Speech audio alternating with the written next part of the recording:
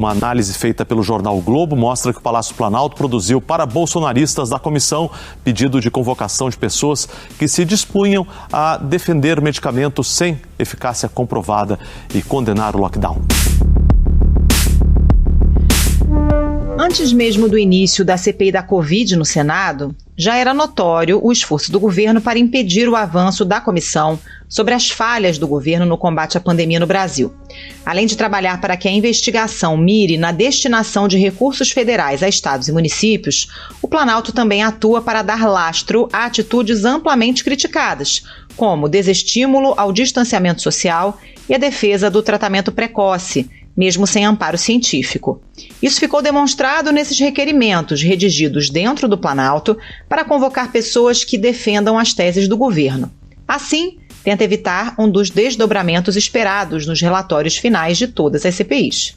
O relatório final da CPI das próteses na Câmara pede o indiciamento de médicos e a investigação de 15 empresas.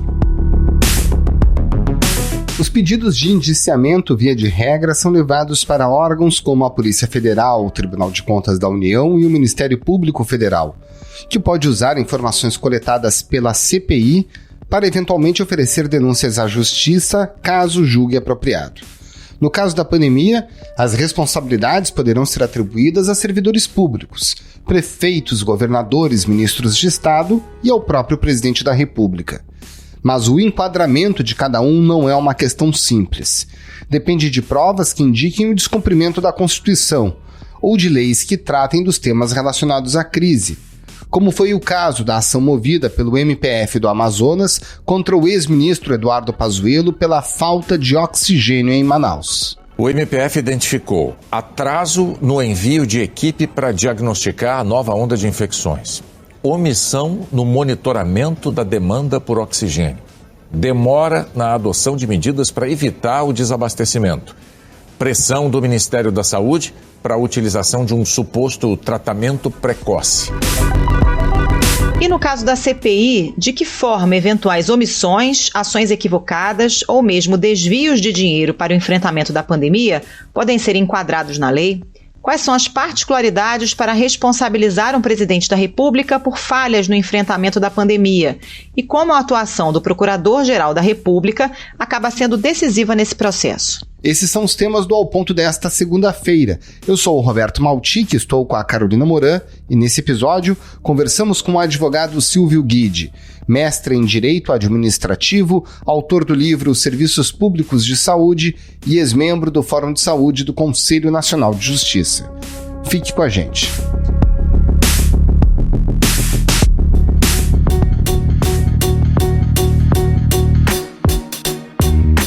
Silvio Guide, vamos falar de possíveis responsabilizações, no campo jurídico que podem ocorrer no fim da CPI, depois de todos os depoimentos, da colheita de provas, como ocorre em toda a comissão parlamentar de inquérito. Vamos começar pelo lado do que o governo pretende, que é a responsabilização de prefeitos, de governadores, de servidores públicos, eventualmente ligados a desvios de recursos. Quanto a isso, a lei é clara, Não há muita dúvida sobre como que essas pessoas podem eventualmente ser responsabilizadas, Sem dúvida, Roberto. Bem, a responsabilidade de prefeitos e até de governadores, tanto no âmbito do criminal quanto no âmbito da improbidade administrativa, ela é lugar comum na justiça brasileira, O Ministério Público é habitué em questionar não só a correta ou incorreta destinação de recursos públicos, mas também, não raramente, opinar de que a destinação não foi adequada, deveria ser aplicada em saúde, não em educação, e às vezes em educação e não em saúde, e assim por diante, A gente só precisa lembrar que a investigação da CPI, nesse particular, tem uma limitação, porque ela tem uma origem somente por meio dos recursos federais que foram repassados aos estados e aos municípios. E a gente também precisa lembrar que esses recursos, eles foram transmitidos a esses entes subnacionais em razão da pandemia, mas não somente para combater a pandemia, Eles também foram repassados como transferências financeiras para suplantar o déficit arrecadatório desses entes subnacionais, né? Então, eu não acredito que, embora essa investigação possa seguir em relação a governadores e prefeitos, a CPI vá mergulhar intensamente nesse tema, a não ser que nas investigações surjam provas de desvios flagrantes, e uma vez surgidos, o Ministério Público certamente vai endereçar ações judiciais na esfera da improbidade administrativa e na esfera criminal. Tem os tipos, né, no Código Penal e na Lei da Improbidade, típicos para malversação ou desvio de dinheiro público. Agora, doutor Silvio, ainda falando de governadores e prefeitos, os ministérios públicos nos estados têm atuado, né? Tanto é que já vimos investigações sobre desvio de recursos no combate à pandemia em vários estados. Um grupo é suspeito de envolvimento na compra irregular de materiais hospitalares. Por determinação do TRF-5, 11 mandados de busca e apreensão foram cumpridos em 6 municípios pernambucanos. Qual é a diferença de atribuição ou do trabalho que já vem sendo feito pelo Ministério Público e esse trabalho da CPI? A atuação do Ministério Público nessa esfera municipal e estadual, ela tem elementos mais concretos, né? Porque, pensando nessa atuação dividida de responsabilidades entre União, Estados e municípios, os estados e os municípios, eles estão nas ações mais concretas do combate à pandemia, né? Aquisição de equipamentos, de insumos, o tratamento assistencial propriamente dito. Então, a atuação hoje do Ministério Público, ela está mais focada neste viés, né?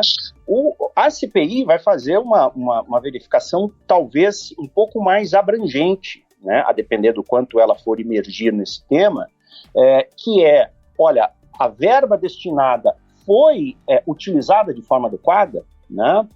Há uma acusação que eu não consigo dizer como correta ou incorreta nesse momento, mas me parece ser incorreta, de que, olha, vocês pagaram folha de servidor público com essa verba repassada. Sim, né? Se há um fundamento, né, de auxílio também emergencial para estados e municípios, a folha sempre é o lugar número 1, né, porque é um inchaço tradicional, que não é de hoje, da máquina pública.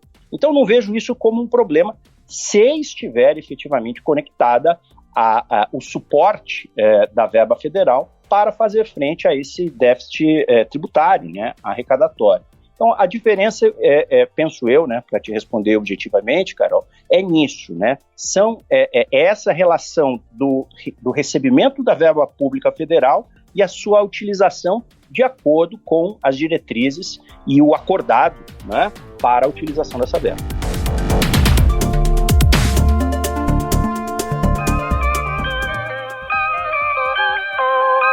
Bom, doutor Silvio, vamos continuar falando de dinheiro, mas agora do outro lado do balcão em relação ao governo federal. Então a gente tem, por exemplo, o caso dos investimentos em medicamentos que foram utilizados, que foram preconizados e estimulados pelo governo e que não tem comprovação científica. No caso de Manaus, em janeiro, a gente teve um caso específico de remessa de grandes lotes de cloroquina quando faltava oxigênio. Quanto foi gasto pelo governo federal com a produção, armazenamento e distribuição de medicamentos sem eficácia comprovada? No entanto, o governo já prepara toda uma instrumentalização em relação a esse tema, chamando médicos, a CPI, cientistas que defendem, que entendem que esse tipo de tratamento tem sim alguma serventia. Diante desse cenário, de que forma isso pode ser qualificado do ponto de vista jurídico? Olha, Roberto, me parece que pouco precisa se discutir para se chegar à conclusão de que houve uma malversação da verba pública, né? O tratamento da cloroquina, ou a base de cloroquina, hidroxicloroquina e seus derivados, né? Ele foi rechaçado mundialmente.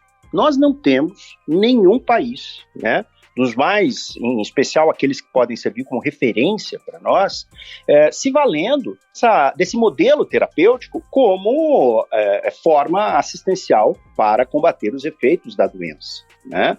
Então, assim, quando nós temos uma demonstração que hoje já é notória de um investimento em medicamentos que nunca tiveram, né, comprovação científica, que não são utilizados em nenhum lugar do mundo, chamar profissionais médicos para defender a sua utilização, né, é o mesmo que você utilizar um perito para defender uma tese. Eles vão defender uma tese de que há elementos científicos, mas me parece que, havendo ou não havendo elementos científicos, o Brasil, para aceitar essa tese, ele vai ter que dizer que nós todos estávamos certos e o mundo inteiro estava errado, né?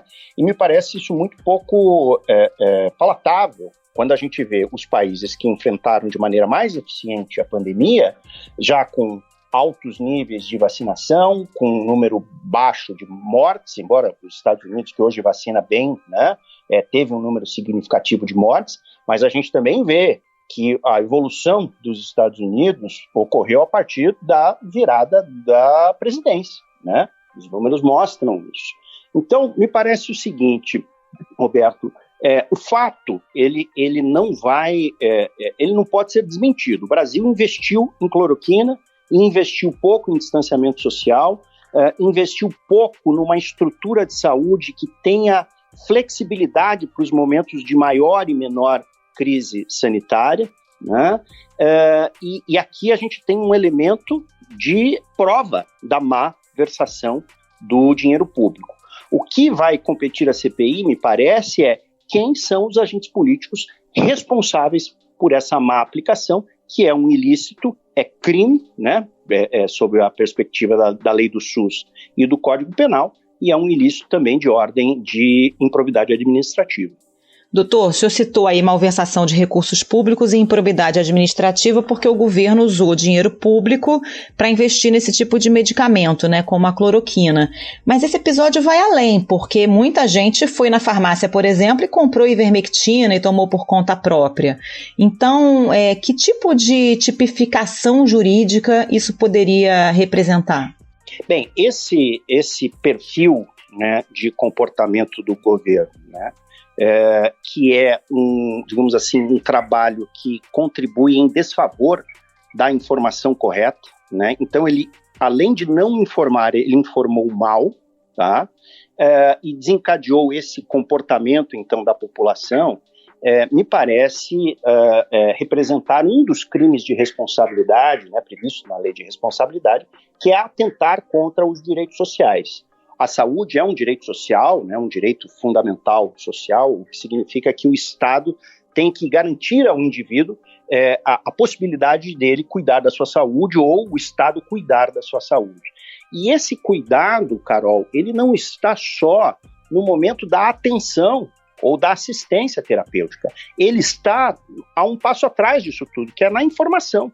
Se a pessoa não tiver a informação correta de que tipo de ajuda procurar, que tipo de elemento ela pode utilizar para prevenir uma doença ou para combater os efeitos mais severos dessa doença, ela vai ser induzida a erro, né? E esse erro vai prejudicar a sua saúde, pode levar a danos severos e pode levar até a morte, né? O Ministério da Saúde tirou do ar hoje uma plataforma que recomendava o uso de medicamentos sem comprovação científica para pacientes com Covid.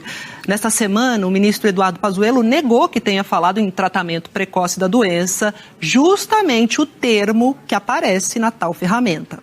O que nós vimos foi uma comunicação governamental criminosa, porque o governo, ao passo que o Ministério da Saúde tentava dar indicativos conectados com estados e municípios acerca da utilização de máscara, do isolamento social, para ficar nesses dois principais exemplos, o presidente da República ia às mídias sociais, né, em vídeos e em postagens, dizer que eram esses medicamentos que serviriam como tratamento preventivo, sem nenhuma comprovação científica, e que o isolamento social e a utilização de máscaras eram práticas que não deveriam ser seguidas pela população.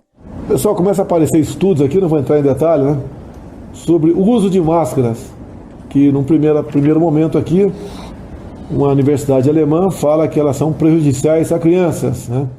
Então você imagina o tamanho todo da população, né? Lembrando que a gente tem uma população em grande parte, analfabeta ou analfabeta funcional, tendo o presidente como uma das principais referências, e a principal, no meu sentido, referência da comunicação política e governamental em relação à população, dizendo que elas têm que praticar esse determinado ato. As pessoas vão e praticam. Aqui, no meu sentido, a gente tem, sim, um ato que viola o dever de preservação e garantia do direito à saúde e está tipificado na Lei de Responsabilidade como um crime passível, né, de ser praticado pelo presidente da República, sujeito, portanto, às penalidades da lei no crime de responsabilização e até no Código Penal, como eu citei para vocês, que o conteúdo do Código Penal também reflete no conteúdo da lei do SUS. E aí, só para dificultar um pouco as coisas, doutor, a gente tem manifestações públicas do presidente induzindo as pessoas de alguma forma a buscar algo que não se mostra efetivo contra a doença. E aí você tem, por exemplo, documentos. O próprio Globo revelou, o repórter Daniel Biaceto, que houve um documento do DSEI, né, do Distrito Sanitário Especial Indígena, que acabou recomendando cloroquina para os Yanomamis em Roraima. Aí você pode dizer que a responsabilidade é do chefe do DSEI. Você pode ter um eventual protocolo ou um documento do Ministério da Saúde assinado ou por um subsecretário ou mesmo pelo ministro. E isso pode ser responsabilidade individual dele. Como é que a gente consegue separar essas responsabilidades específicas trazidas em documentos e essa, por exemplo, da comunicação que pode ser atribuída a um presidente da República? Bem, realmente são fatos distintos ainda que cheguem à mesma repercussão, né, Roberto? Então, são formas diferentes de você atentar contra a saúde.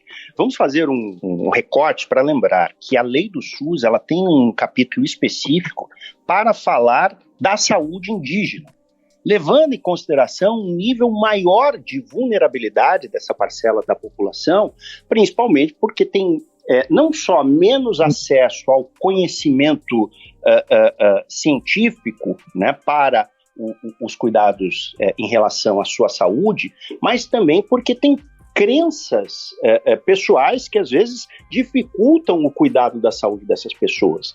Então, digamos assim, o nível de tutela do governo em relação a essa parcela da população é muito maior, e uma vez violado esse dever de cuidar bem da saúde da população indígena, a repercussão ela acaba sendo muito maior, porque digamos assim, a cognição, né, dessa parcela da população leva ela a aceitar com menos desconfiança esse perfil de tratamento que não tem, enfim, nenhuma eficácia cientificamente comprovada, tá?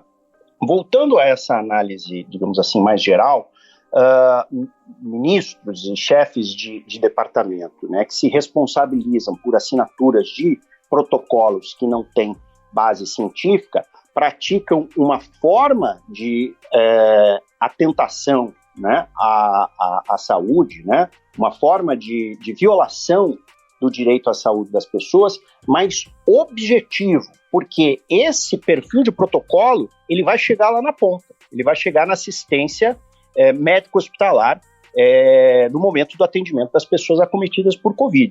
Então, este é o tipo de dano, é o dano na prestação, né? Diferente do dano produzido pelo presidente da República, que, como eu disse a vocês, ele antecede a prestação, ele está no momento da informação, né? Quando as pessoas precisam de informações sobre o que é a Covid, como se prevenir da Covid, como buscar o tratamento uma vez acometido, e essa informação, além de não vir, ela, quando vem de uma forma equivocada, você tem essa responsabilidade do presidente neste momento específico, no momento da informação, né? Então, para concluir e para resumir, ministros e chefes de departamento que se responsabilizam pelo protocolo estão violando o direito à saúde das pessoas no momento da prestação, né? E o presidente da República no momento da informação.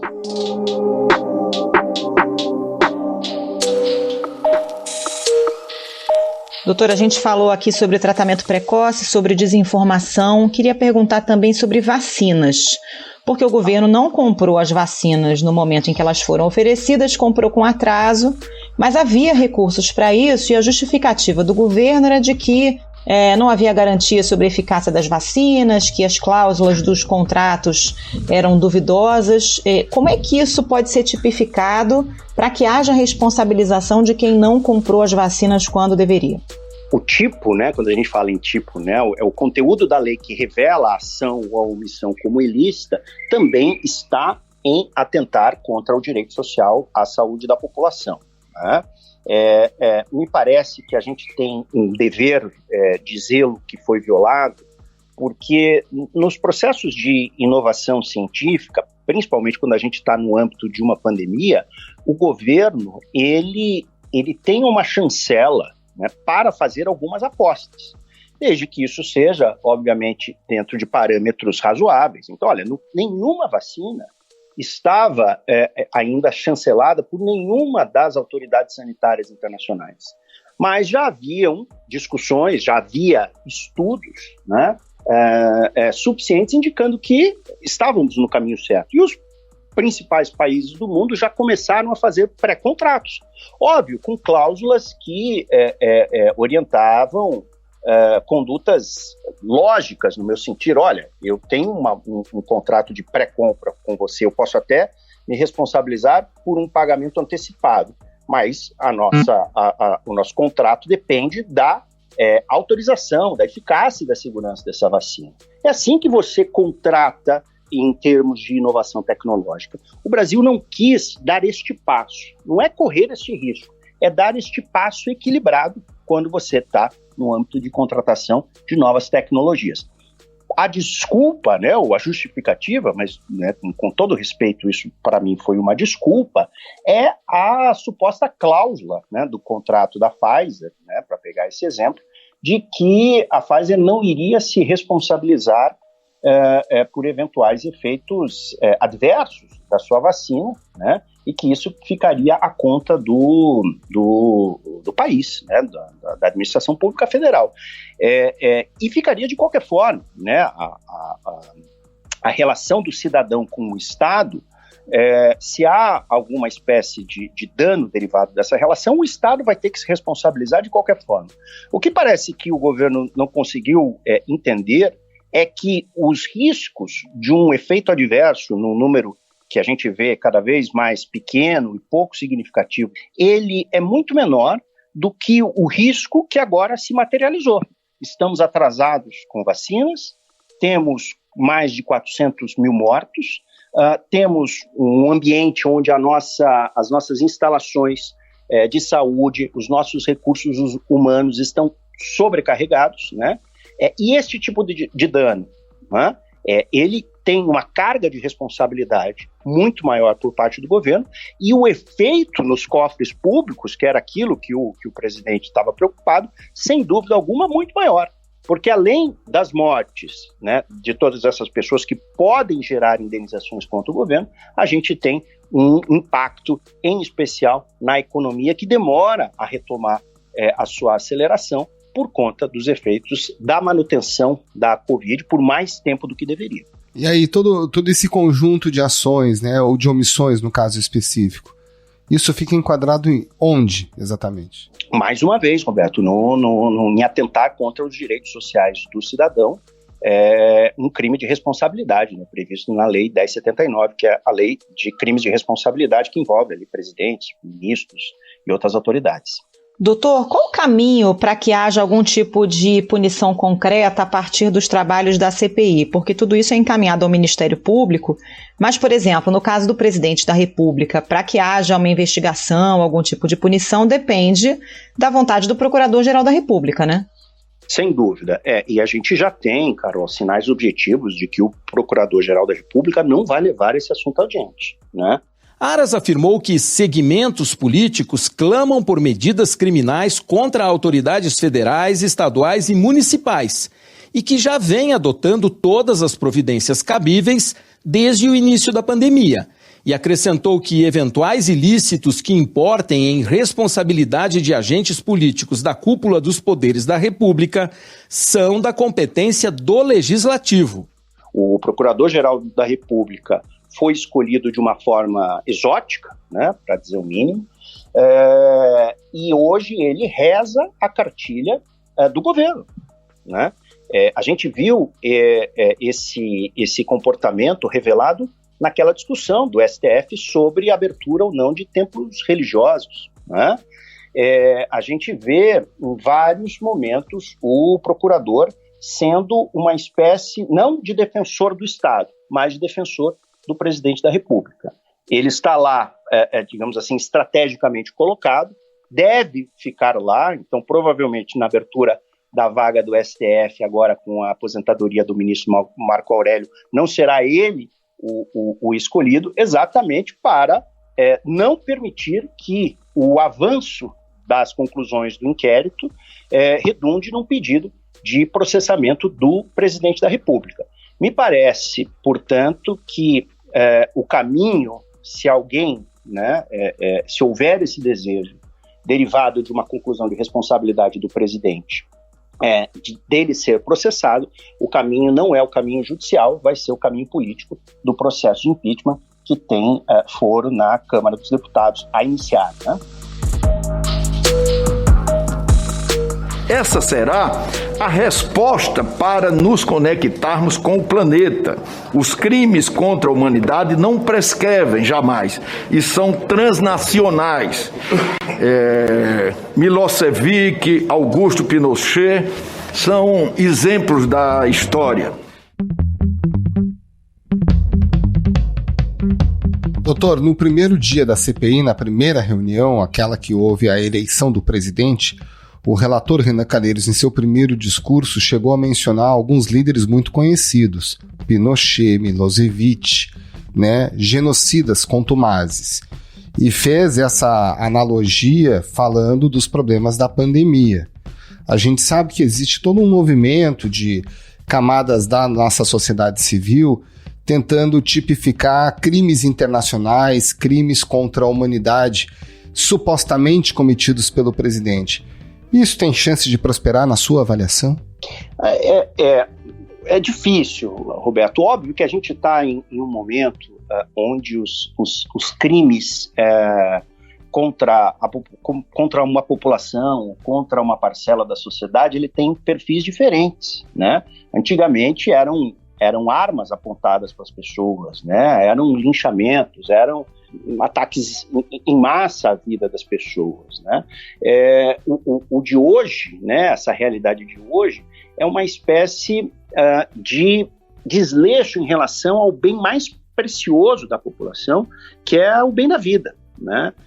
Se eu enxergo realmente um movimento, em especial do presidente da República, atentando contra a saúde coletiva da nossa população, permitindo, induzindo, através de seu comportamento, que mais pessoas sejam acometidas da doença, mais pessoas, portanto, faleçam dessa doença, a gente tem, sim, um comportamento que atenta contra a vida das pessoas, né?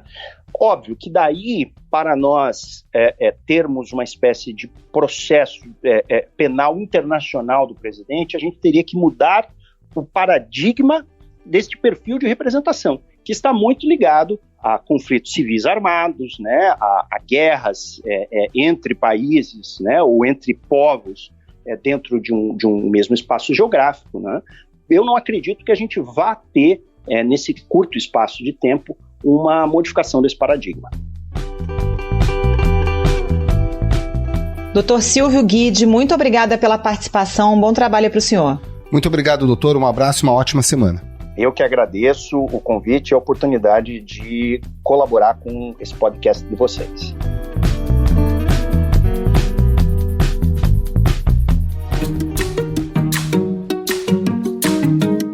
Esse foi o Ponto de hoje, o podcast diário da redação do Globo. Nessa conversa a gente conta com a participação de toda a equipe do jornal, as mesmas pessoas que levam até você informação e análise de qualidade todos os dias. Quer saber mais? Assine o Globo. Acesse assineoglobo.com.br e confira todas as notícias e reportagens especiais. A produção foi do João Pedro Fragoso e a edição é do João Guilherme Lacerda. Tchau. Até mais.